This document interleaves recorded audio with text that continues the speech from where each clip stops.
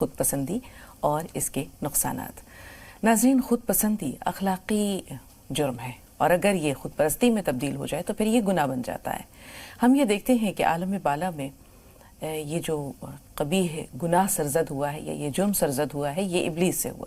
جب اللہ تعالیٰ نے ابلیس کو کہا کہ آدم کو سجدہ کرو تو اس کی جو خود پسندی تھی وہ آڑے آ گئی، اس کی انا آڑے آ گئی اور اس نے کہا کہ آپ نے اے اللہ اس سے تو آپ نے مٹی سے پیدا کیا ہے اور مجھے آگ سے پیدا کیا ہے، میں اس سے بہتر ہوں۔ خلقتنی من نار وخلقتہ من طین انا خیر منہ، کہ میں اس سے بہتر ہوں، میں اس سے افضل ہوں۔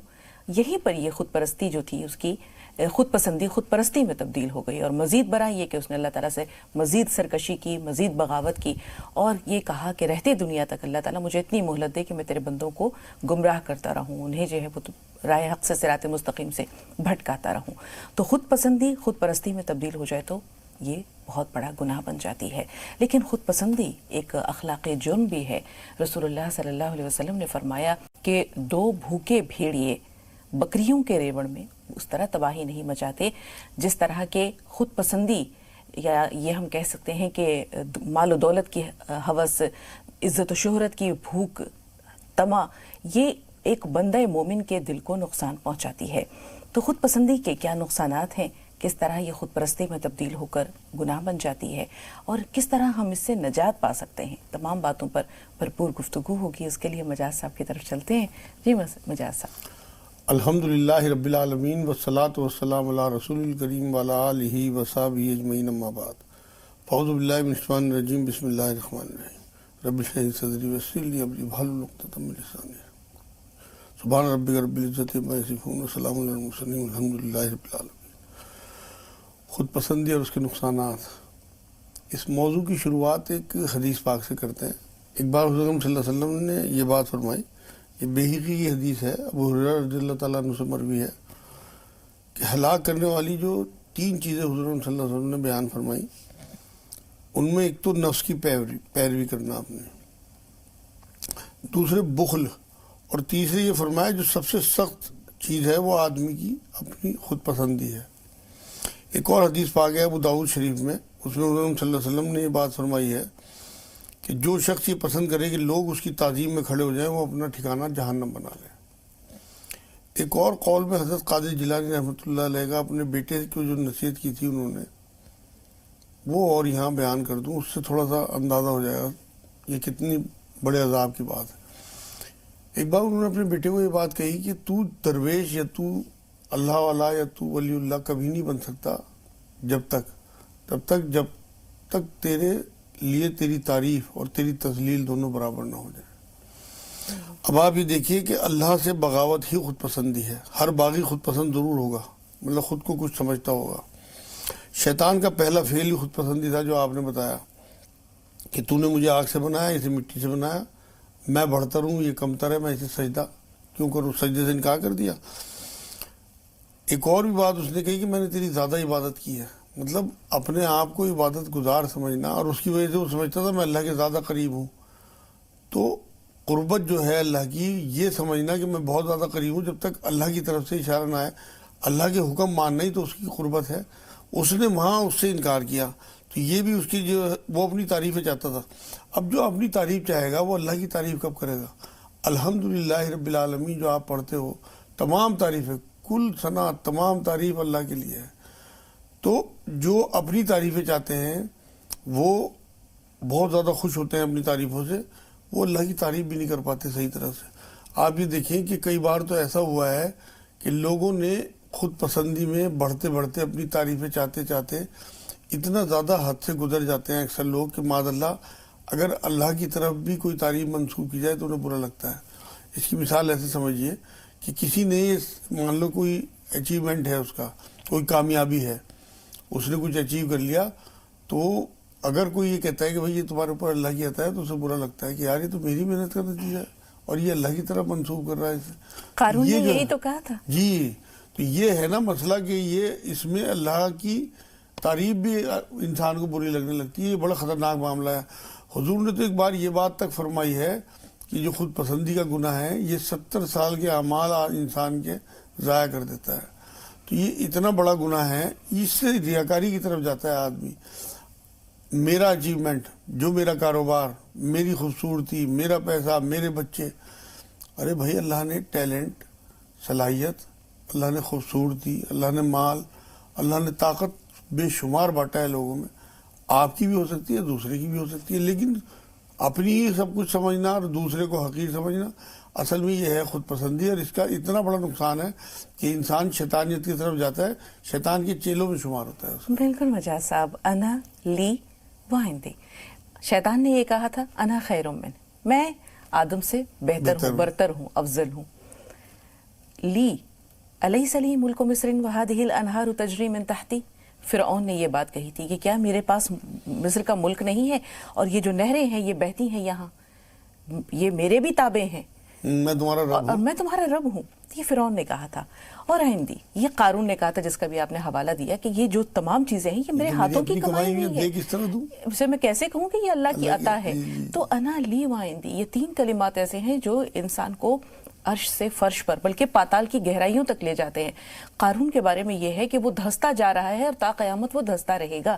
تو یہ جو کلمات ہیں یہ انسان کو خود پسندی سے خود پرستی کی طرف لے جاتے ہیں، اور خود پرستی نعوذ باللہ شرک کی طرف لے جاتا ہے. اب ایک واقعہ یاد آ رہا ہے، جیسے بھی آپ نے کہا کہ انسان کو یہ نہیں معلوم ہوتا ہے کہ اس کا خاتمہ کس پر ہوگا، خیر پہ ہوگا، شر پہ ہوگا. ایک بڑھیا نے حضرت بایزید بستامی رحمۃ اللہ علیہ سے دریافت کیا کہ آپ کی داڑھی بہتر ہے یا میرے گدھے کے دم؟ تو حضرت بایزید بستامی جو کہنے لگے کہ میں کیسے کہہ سکتا ہوں، اس سوال کا جواب میرے پاس نہیں ہے. حضرت بایزید بستامی کا انتقال ہو گیا تو اس بڑھیا کے خواب میں آئے اور کہتے ہیں کہ تمہارے سوال کا جواب اب میں دیتا ہوں.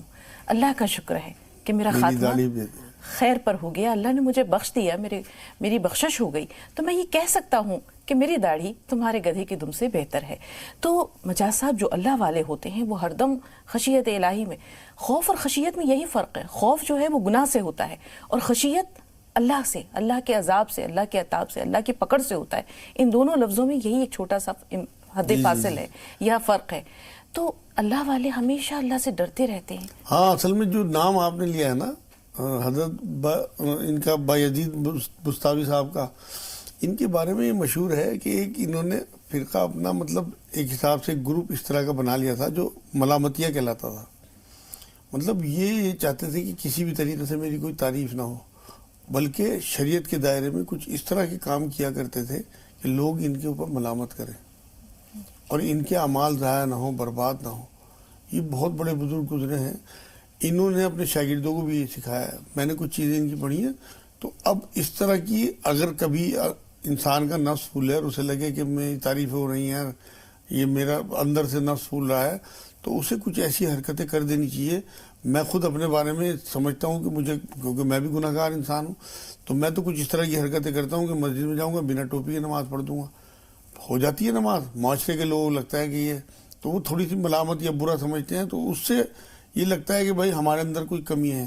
تو یہ ملامتیہ جو گروپ ہے اس کے سربراہ کہلاتے ہیں. بلکہ تو اپنی تعریفیں نہ چاہنا، یہ ہر اصل میں بات یہ ہے. میں نے ایک قول ایک بزرگ کا اور پڑھا تھا کہ وہ یہ کہتے تھے کہ خود غرضی جو ہے، خود ستائش، خود نمائی، یہ اپنے بارے میں زیادہ گفتگو کرنا جو ہے وہ روحانی غربت کا نتیجہ ہے. روحانی غربت، اپنی تعریفیں کرنا، اپنی تعریفیں چاہنا.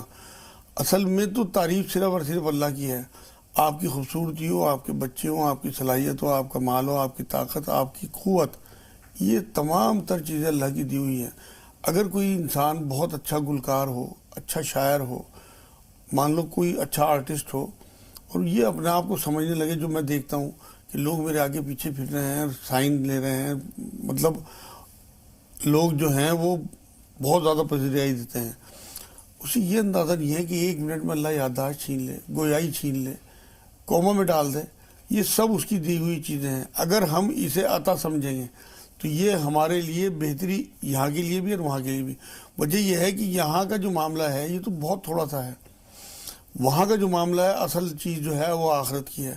کسی بچے کی مثال نے، پیپروں کا دن آ رہے ہیں، اگر کوئی بچہ 40% کا ٹارگٹ لے کے محنت کرے گا تو فیل ہو جائے گا. 33% چاہیے نا. اور اگر کوئی 100% مارکس کو لے کے ٹارگٹ بنا کے چلے گا تو انشاءاللہ وہ پاس بھی ہوگا، نمبر بھی اچھا آئیں. یہی بس آخرت کا دنیا کا معاملہ ہے. اگر ہم آخرت پہ نظر رکھیں گے، اسے ٹارگٹ بنائیں، تو دنیا تو ہمیں ایسی ہی اچیو کر لیں گے ہم حل چاہیں گے مجاز صاحب، اور تفصیل سے چاہیں گے. ابھی آپ نے کہا کہ اپنی تعریف ہر شخص چاہتا ہے، لیکن اصل تعریف وہ ہے جو دوسرے کریں، اس کی عدم موجودگی میں کریں. آپ یہ دیکھیے، رسول پاک صلی اللہ علیہ وسلم نے فرمایا کہ ہر شخص کا حق میں نے ادا کر دیا، لیکن ابو بکر کا حق وہ اللہ ہی ادا کرے گا روز حشر میں. حضرت عمر فاروق کے بارے میں کہا کہ اگر میرے بعد کوئی نبی ہوتا تو عمر ہوتے. عمر جس راستے سے گزرتے ہیں شیطان وہ راستہ چھوڑ دیتا ہے. حضرت عثمان غنی کی سخاوت کہ ان کی دولت سے جتنا عام مسلمانوں نے فائدہ اٹھایا ہے، اتنا شاید ہی کسی کی دولت سے یا سخاوت سے فائدہ پہنچا ہو. حضرت علی کی دانائی، انا مدینۃ العلم و علی بابوہا، کہ میں علم کا شہر ہوں اور علی اس کا دروازہ ہے. یہ تمام تعریفیں ان لوگوں نے نہیں کی، اپنی زبان سے نہیں کی، زبان اقدس سے، زبان گہربار سے رسول پاک صلی اللہ علیہ وسلم کے یہ کلمات ادا ہو رہے ہیں. تو یہ ہے وہ تعریف جو کی جائے، یا جس کو ہم یہ کہہ سکتے ہیں کہ ہاں اس سے بڑھ کر تعریف کیا کی ہو سکتی ہے، یا کس کی زبان مبارک سے یہ ادا ہو سکتے ہیں کلمات. ان لوگوں نے کبھی اپنی کسی بھی خوبی کو خود پرستی نہیں بننے دیا یا خود پسندی نہیں بننے دیا. یہ عام لوگوں میں یہ اوصاف کس طرح پیدا ہوں؟ یہ اخلاص سے اگر ہمارا ہر عمل اللہ کے لیے ہو اور ہم یہ چیک کرتے رہیں، ہمیں یہ پرواہ نہیں کرنی چاہیے کہ جو ہم عمل کر رہے ہیں اس میں لوگ ہمیں کیا کہیں گے، بلکہ ہمیں یہ چیک کرنا ہے کہ اللہ ہمیں کیا کہے گا، اللہ کیا سمجھے گا. اگر ہمارا ٹارگٹ اللہ ہوگا اور یہ دیکھنا ہے کہ ہم اللہ کے لیے کر رہے ہیں، تو آپ یقین کریں یہ ساری چیزیں اپنے آپ آتی چلی جاتی ہیں. آدمی کے اندر سے اپنی تعریف، اپنی بڑائی، اپنے آپ کو دیکھتے رہنا، اپنے آپ کو نہارتے رہنا، یہ ساری چیزیں نکل جاتی ہیں.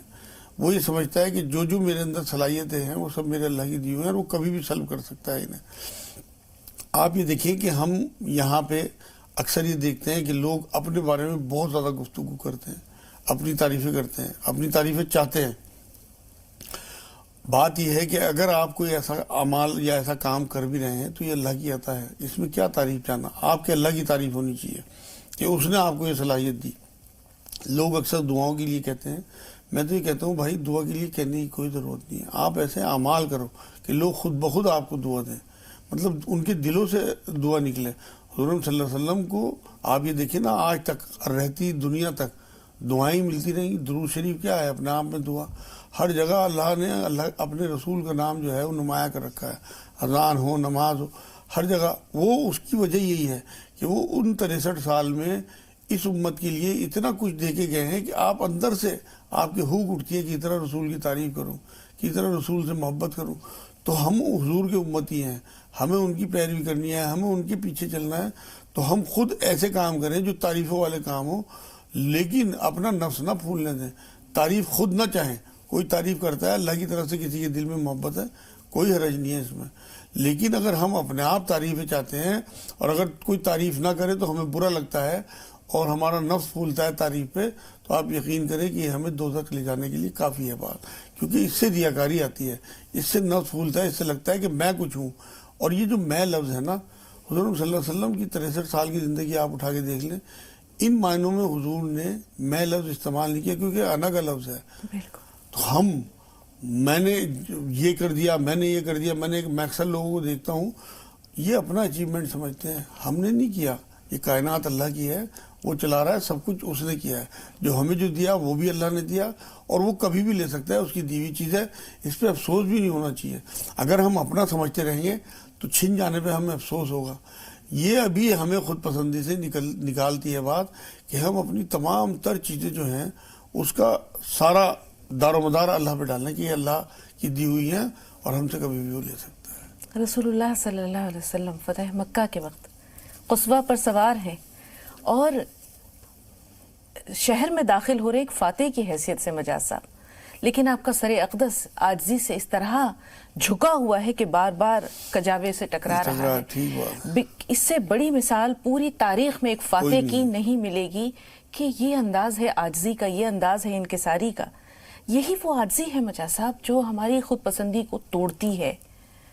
کسی کی راہ سے خدا کی خاطر اٹھا کے کانٹے، ہٹا کے پتھر، پھر اس کے آگے نگاہ اپنی جھکا کے رکھنا کمال یہ ہے. بے شک بے شک. 1000 طاقت ہو 100 دلیلیں ہوں، پھر بھی لہجے میں عاجزی سے ادب کی لذت، دعا کی خوشبو بسا کے رکھنا کمال یہ ہے. کعبہ شریف میں داخل ہونے کے لیے چابی جو رسول پاک صلی اللہ علیہ وسلم نے کوئی اجازت نہیں دی تھی، نہ چابی دی تھی عثمان نے، اور جب آپ فاتح مکہ کی حیثیت سے اندر داخل ہو رہے ہیں تو ان سے کہہ رہے ہیں کہ چابی لائیے، اور وہ تھر تھر کانپ رہے ہیں کہ اب نہ جانے کیا معاملہ ہوگا. ان سے چابی لی، کعبہ شریف کے اندر گئے، نماز ادا کی، اور پھر چابی ان کے حوالے کر دی. آج تک بآواز بلند یہ کہا کہ یہ انہی کے پاس رہے گی، اور آج تک نسل در نسل وہ چابی انہی کے پاس ہے، انہی خاندان کے پاس. تو یہ کمال، یہ جو کمال ہے عاجزی کا، انکساری کا، تواضع کا، تحمل کا، بردباری کا، یہ انسان کے اندر خود پسندی کو کیسے توڑتا ہے؟ اصل میں بات یہ ہے کہ میں ایک جملہ کہہ دوں، بہت آسان ہو جائے گا، کہ جب ہم دین کے تابع ہو جاتے ہیں نا تو دنیا ہمارے لیے بہت آسان ہو جاتی ہے، اور جب ہم دنیا کے تابع ہو جاتے ہیں تو دین ہمارے لیے بہت مشکل ہو جاتا ہے. جب تک آپ دیکھیں کہ بچے جو ہیں وہ اپنے ماں باپ پہ ڈیپینڈنٹ ہوتے ہیں تو تب تک ان کے لیے زندگی بڑی آسان ہوتی ہے. جب وہ خود قدم رکھتے ہیں دنیا میں اور اپنے کمانے کی طرف تو ان کے لیے مشکلیں کھڑی ہو جاتی ہیں. اگر ہم واقعی اللہ پہ ڈیپینڈنٹ ہو جائیں تو ہمارے لیے بہت آسانی ہے، لیکن جب ہم یہ تعریف پسند اور خود کا کمایا ہوا خود کا سمجھتے ہیں نا تو اس میں بڑی مشکلیں کھڑی ہوتی ہیں. یہ بہت بڑی مثال ہے بچوں کی. جب تک آپ بچے دیکھیں اپنے کتنی فریلی زندگی گزارتے ہیں، بالکل بنداس، اور جہاں ان کے اوپر ذمہ داریاں بڑھی اور ان کا آگے زندگی بڑھی اور جوان ہوئے، اس کے بعد پھر میچور ہوئے، ان کے اوپر مصیبتیں آنی شروع ہوئی. بالکل یہی معاملہ ہے. اگر ہم سب کچھ اپنا سمجھیں گے اور اپنی کمائی اور اپنی صلاحیت اور اپنا وہ، تو ہمارا اللہ سے تعلق کم ہوتا جائے. جتنا ڈیپینڈ اللہ پہ کریں گے ہمارے لیے اتنی آسانیاں آتی جائیں گی، اور یہ دنیا ہمارے لیے آسان ہو جائے گی اور دین ہمارے لیے بہت آسان ہو جائے گا. دونوں چیزیں، یہاں کی زندگی بھی اور وہاں کی زندگی بھی، اللہ پہ ڈیپینڈ ہو کے دیکھیں، بس خود پسندی سے نکلیں، اللہ کی تعریفیں کریں. بالکل. 2 کالرز ہیں. تبسم پہلے آپ سے مخاطب ہے، فرمائیے کیا سوال ہے؟ السلام علیکم. وعلیکم السلام. بہت دن سے کال لگا رہے ہیں، لگ رہا ہے. جی اللہ کا شکر ہے، آج آپ سے بات ہو رہی ہے. سوال بتائیے. 3 سوال ہے. جی پہلا سوال، ایک میری بیٹی کا ہاتھ میں نا اوپر، ہاتھ کے اوپر نس کی طرف پھول گیا ہے. ٹھیک ہے. آپریشن بول رہے ہیں، آپریشن کریں گے پھر بھی ویسے ہو جائے گا، ڈاکٹر بولا. تو کیا کریں؟ اور ہم لوگ گھر میں سب کو کھجلی ہو گیا ہے اس کے بارے میں. اور میرا ہاتھ، بایاں ہاتھ میں جھنجھنی خوب رہتا ہے، بہت زیادہ رہتا ہے، دن رات رہتا ہے. ٹھیک ہے، تھوڑا سا انتظار. دیدار بانو، فرمائیے آپ کا سوال کیا ہے؟ السلام علیکم. وعلیکم السلام. میم میں ایک بات پوچھ رہی تھی. ہمارے مولانا مجاز صاحب ہیں، انہوں نے بتایا تھا میرے گھٹنے میں بہت درد رہتا ہے. تو انہوں نے مطلب دوائی ایسے بتائی تھی کہ کلونجی اور مہندی پتا اور کوٹ مٹی تینوں کا پاؤڈر بنا کے مطلب کھانا کھانے کے بعد روزانہ لینا ہے. میں نے 2-4 دن لیا وہ بنا کر. اس کے بعد ہے نا میرا تھوڑا کریٹینائن بڑھ گیا. اچھا. پھر اب تو 1.12 ہے. مولانا سے کہیے آپ کے وہ 1.12 ہے، کیا میں وہ لے سکتی ہوں کوٹ مٹی اور جو بھی ہے، اور رات کو جو دودھ ہے؟ کیونکہ ڈاکٹر نے مجھے پانی بھی کم پینے کے لیے بولا ہے. شوگر تو نہیں ہے؟ پہلے جتنا پانی پیتے تھے اتنا پانی اب کم پینے کے لیے بولا. ٹھیک ہے، یہ بتائیے آپ کو شوگر تو نہیں ہے؟ ہاں شوگر ہے، بلڈ پریشر ہے، اور میرا یہ اینجیوپلاسٹی وغیرہ بھی ہوا ہے. کافی تکلیفیں ہیں میرے کو، لیکن ڈاکٹر ایسے بتا رہے کہ گھٹنے میں جو چکناہٹ ہوتی ہے وہ ختم ہو گئی. اس کی وجہ سے آپ کے بہت درد ہے، بہت، میں چل نہیں پا رہی ہوں. پیروں میں ورم تو نہیں ہے؟ سوجن بھی ہے پیروں میں؟ ہاں ایک پیر میں ابھی آ گئی ہے سوجن. کبھی کبھی آتی ہے پھر خود سے چلی بھی جاتی ہے. میں بتاتا ہوں. جی. انہیں چاہیے کہ 2 انجیر رات میں بھگو دیں اور صبح کو پانی پھینک دیں اور وہ کھا لیا کریں. اور جو یہ کوٹ مٹی، مہندی پتہ اور کلونجی میں نے بتایا تھا، اسے تھوڑے سے شہد میں ملا کے چاٹیں تو انشاءاللہ تعالیٰ ان کی ساری پرابلم ختم ہو جائے گی، ورم بھی اتر جائے گا. جو میں نے تسبیحات انہیں بتائی تھی، ایک تو 300 بار لا حول ولا قوت الا باللہ اور 1000 بار یا وہاب پڑھیں آپ، انشاءاللہ بالکل ٹھیک ہو جائے. اگر پیشاب میں آپ کو جلن بھی آتی ہو یا مواد سے آتا ہو تو آپ کچھ دن 3 کاجو بھی کھا لیں 10 دن تک، اور 2 چھوٹی الائچی صبح شام. جی یہ کوٹ مٹی، مہندی پتہ، یہ کھانا ہے نا؟ جی کھانا ہے، شہد کے ساتھ ملا کے. جی.